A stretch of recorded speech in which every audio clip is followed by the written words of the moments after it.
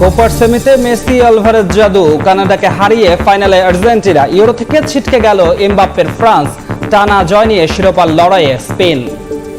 গতকালকে একটা বড় রিপোর্ট এসছে কোচের, ওটা এখন আমার দেখা হয়নি, এটা আমি আজকে দেখা শুরু করব। বিশ্বকাপ ব্যর্থতার কারণ অনুসন্ধানে বিসিবির ঢিলেমি, ব্যাখ্যা দেননি অধিনায়ক শান্ত। চ্যাম্পিয়ন্স ট্রফিতে হাতুড়ুকে কোচ হিসেবে রাখা হবে কিনা পূর্ণাঙ্গ রিপোর্ট পেলে সিদ্ধান্ত। জাতীয় দলের পাইপলাইনে খেলোয়াড় ঘাটতিতে চরম বিপাকে বোর্ড, পুলের 25 জনের বাইরে নেই মানসম্মত ক্রিকেটার। বিশ্ব আসরে টানা ব্যর্থতার পর বোধোদয় নীতি নির্ধারকদের। শুরুতেই কোপা আমেরিকার খবর। এক পেশে ম্যাচে দাপুটে জয়ে কোপার ফাইনালে মেসির আর্জেন্টিনা। প্রথম সেমিফাইনালে কানাডাকে 2-0 ব্যবধানে হারিয়েছে আলবিসেলেস্তারা। মেসি ছাড়াও এই ম্যাচে আর্জেন্টিনার হয়ে গোল করেছেন হুলিয়ান আলভারেজ।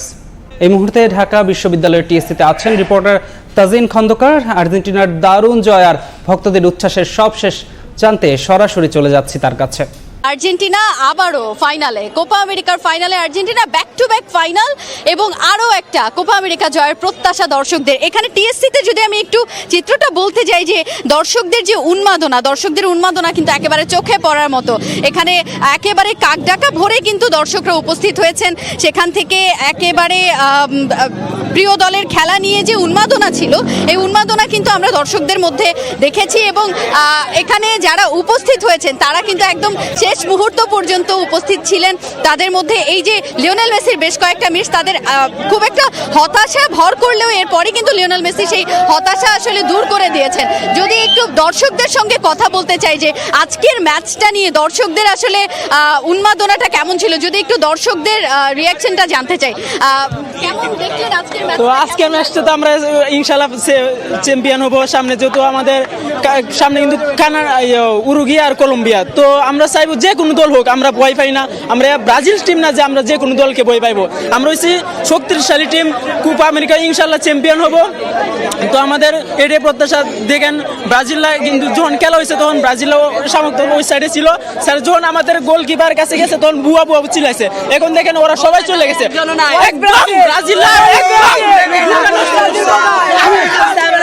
রুকো যারা সাবের করো। জি বলেন, কেমন লাগলো আজকের ম্যাচ? আজকে শুধু এতটুকু বলতে চাই, যারা আজকে দেখবেন যখন কানাডা বল নিয়ে দৌড় দিছে, কিছু সংখ্যক লোক ছিল এখানে বলছে কামান আব্বা, কামান আব্বা, কামান আব্বা, কামান আব্বা। তাদের উদ্দেশ্যে আমি বলতে চাই যারা এইভাবে বলছে কামান আব্বা, আমি আমাদের আর্জেন্টাইন তোমাদের সবার উদ্দেশ্যে বলতে চাই, কোনো সহানুভূতি হবে না। মেনশন দিয়ে রোস্ট করবা। যারা 2014-তে মেসির মতো একটা গ্রেটেস্ট প্লেয়ার হারার পর আমাদেরকে রোস্ট করছে। তারপর 2016 সালে আমরা যখন কোপা আমেরিকা ফাইনাল হারি তখন আমাদেরকে রোস্ট করছে। 2019 সালে ব্রাজিলের বিপক্ষে যখন আমরা সেমিফাইনাল হারি তখনও রোস্ট করছে। 2022 সালে আমি নিজে কান্না করছি যখন 2022 সালে আমরা কাতারের বিপক্ষে, কাতার বিশ্বকাপে সৌদি আরবের বিপক্ষে হারি, তখন আমাদেরকে অনেক রোস্ট করছে। সো আমি এতটুকু বলতে চাই, যারা বলো মেসি মাঠে থাকে কিন্তু ভালো খেলে না, তাদের উদ্দেশ্যে বলি, মেসি যদি মাঠে থেকে এভাবে দাঁড়িয়ে থাকে তাদের উদ্দেশ্যে আমি বলতে চাই, মেসি যদি মাঠে থেকে দর্শক দেখতেই পাচ্ছেন যে আসলে দর্শকদের যে উন্মাদনা, এই উন্মাদনা আসলে কোনো কিছু দিয়ে থামিয়ে রাখার মতো না, দমিয়ে রাখার মতো না। দর্শকদের এই উন্মাদনা থাকবে, আর্জেন্টিনাও তাদের প্রত্যাশা একের পর এক পূরণ করতে থাকবে। এটাই তো আসলে প্রিয় দলের প্রতি দর্শকদের উন্মাদনা থাকবে। তো ঢাকা বিশ্ববিদ্যালয়ের টিএসসি প্রাঙ্গণ থেকে আর্জেন্টিনার জয় উল্লাসের এই ছিল আমার কাছে সবশেষ। এবার ক্রিকেট গড়পড়তা ফলাফলের পরও বিশ্বকাপ পারফরমেন্স রিপোর্ট নিয়ে এখনো ঢিলেমি বিসিবির। কোচ রিপোর্ট জমা দিলেও অধিনায়ক শান্ত এখনো জমা দেননি, জানিয়েছেন বিসিবি সভাপতি নাজমুল হাসান পাপন। আসন্ন চ্যাম্পিয়ন্স ট্রফি পর্যন্ত কোচ হিসেবে চন্ডিকা হাথুরুসিংহে থাকবে কিনা সেই সিদ্ধান্ত আসবে রিপোর্ট পর্যালোচনার পর বলেও জানান পাপন। গেল টি-20 বিশ্বকাপে গড়পড়তা পারফরমেন্সের পরও বোর্ড সন্তুষ্ট থাকতে চায় গ্রুপ পর্বের ফলাফল নিয়ে। কেন সুপার 8-এ একটা ম্যাচও জিততে পারল না তা নিয়ে যেন কোনো গরজই নেই বোর্ডের। বিশ্বকাপ পারফরমেন্সের রিপোর্ট জমা দেওয়ার কথা থাকলেও এখনও নিশ্চুপ অধিনায়ক শান্ত। এরই মধ্যে কোচ ও ম্যানেজার তাদের রিপোর্ট জমা দিয়েছে বোর্ড সভাপতির কাছে। লম্বা রিপোর্ট পর্যালোচনা করে বোর্ডের সঙ্গে বসেই সিদ্ধান্ত নেওয়া হবে বলে জানান পাপন। ক্যাপ্টেনের কোনো রিপোর্ট আমি পাইনি, সো রিপোর্ট এখন পর্যন্ত আমি পাইনি।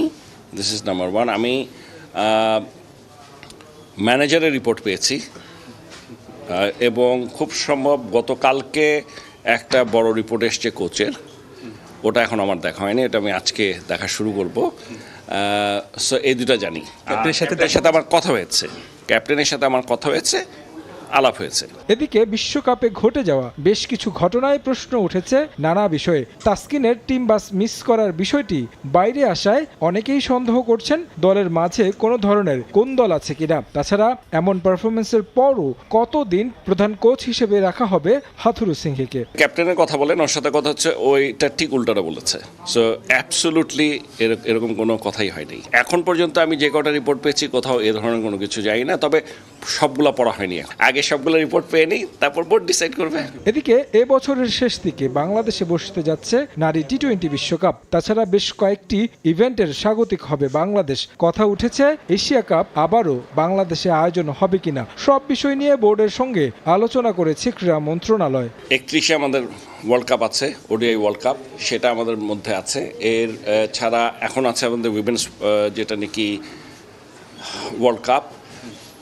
এর বাইরে এছাড়াও আরও আমাদের তো এশিয়া কাপও আসার কথা, এখন যে কোনো সময় আসতে পারে। এগুলো আমাদের করতে গেলে আসলে আমরা প্রিপেয়ার্ড কিনা, এটা হলো সবচেয়ে বড় কথা। আগামী সপ্তাহের মাঝে বিশ্বকাপ পারফরমেন্স সহ বিভিন্ন বিষয়গুলো নিয়ে বোর্ড পরিচালকদের সঙ্গে বসবেন পাপন।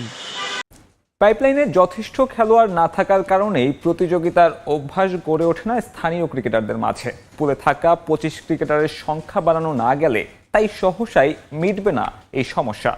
যদিও আঞ্চলিক ক্রিকেট কাঠামো বাস্তবে প্রয়োগ শুরু হলে স্থানীয় পর্যায়ে ক্রিকেটারদের স্কিল ডেভেলপমেন্ট নিয়ে কাজ করা সহজ হবে বলে মনে করেন বিসিবির chief program coordinator Minhajul Abedin Nannu.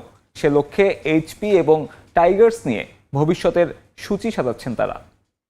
সত্যি বলতে আমাদের বাংলাদেশে তো ওরকম ইন্টারন্যাশনাল খুব বেশি 20 থেকে 25 জনের বাইরে তো ওরকম প্ল্যান নেই। তো আমি চেষ্টা করি, আমি যদি ফিট থাকি এত সুযোগ আসবে। পাইপলাইনের সংকট, ক্রিকেটাররাও এখন জানেন ভালো না করলেও ঘুরে ফিরে ডাক পড়বে তাদের। বহু বছর নির্বাচকের দায়িত্ব পালন করা মিনহাজুল আবেদিনও কঠিন সত্যটা স্বীকার করলেন। যেটা বললাম যে 27 থেকে 30টা খেলোয়াড়ের মধ্যে সীমাবদ্ধ 3টা ফরম্যাটের মধ্যে, এখান থেকে কিন্তু নাড়াচাড়া করতে হচ্ছে খেলোয়াড়দের। তো যতক্ষণ পর্যন্ত আপনি কম্পিটিশনে আপনি অ্যাটলিস্ট 45টার মতো প্লেয়ারকে রেডি করতে পারবেন না, সেই সময় কিন্তু আপনি প্লেয়ারদের ওই কম্পিটিশনের সময়টা কিন্তু থাকে না। জাতীয় দলের জন্য পর্যাপ্ত ক্রিকেটার উঠে না আসার পেছনে কারণও কম নয়। ঢাকা কেন্দ্রিক ক্রিকেট কাঠামো, ফ্র্যাঞ্চাইজি লিগে দেশিদের কম সুযোগ পাওয়া, প্রথম শ্রেণীর ক্রিকেট সংস্কৃতি গড়ে না ওঠা সহ অনেক কিছুই তুলে ধরলেন নান্নু। আমাদের ক্রিকেটটা তো পুরোপুরি ঢাকা কেন্দ্রিক, তো আমাদের তো এখনও তো সেন্ট্রালাইজ ক্রিকেট হয়নি।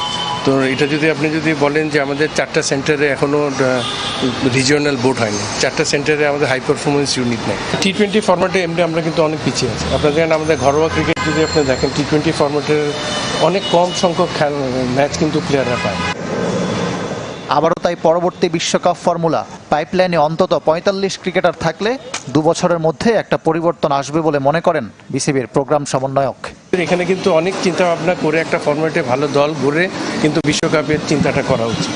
এখন আমাদের যে অবস্থা আছে, এই অবস্থায় আপনাকে হুট করে বিশ্বকাপ জেতাটাই ডিফিকাল্ট।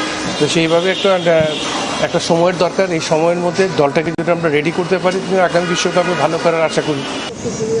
এইচপি, বাংলা টাইগার্স ও এ দলের বেশ কিছু খেলা আছে সামনে। অস্ট্রেলিয়া সফর কিছুটা হলেও আশা দেখাচ্ছে। আর মাত্র 2টি ম্যাচের অপেক্ষা। আর একটা কোপা আমেরিকার শিরোপার দ্বার প্রান্তে বর্তমান চ্যাম্পিয়ন আর্জেন্টিনা।